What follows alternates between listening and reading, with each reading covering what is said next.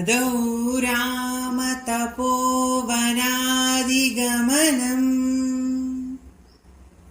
हत्वा मृगं काञ्चनम् वैदेहीहरणम् जटायुमरणम् सुग्रीवसम्भाषणम् वालीनिग्रहणम्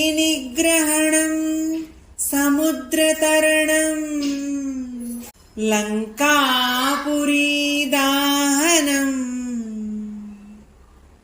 पश्चाद्रावणकुम्भकर्णनिधनम् हेतर्धि रामायणम् हेतर्धि रामायणम्।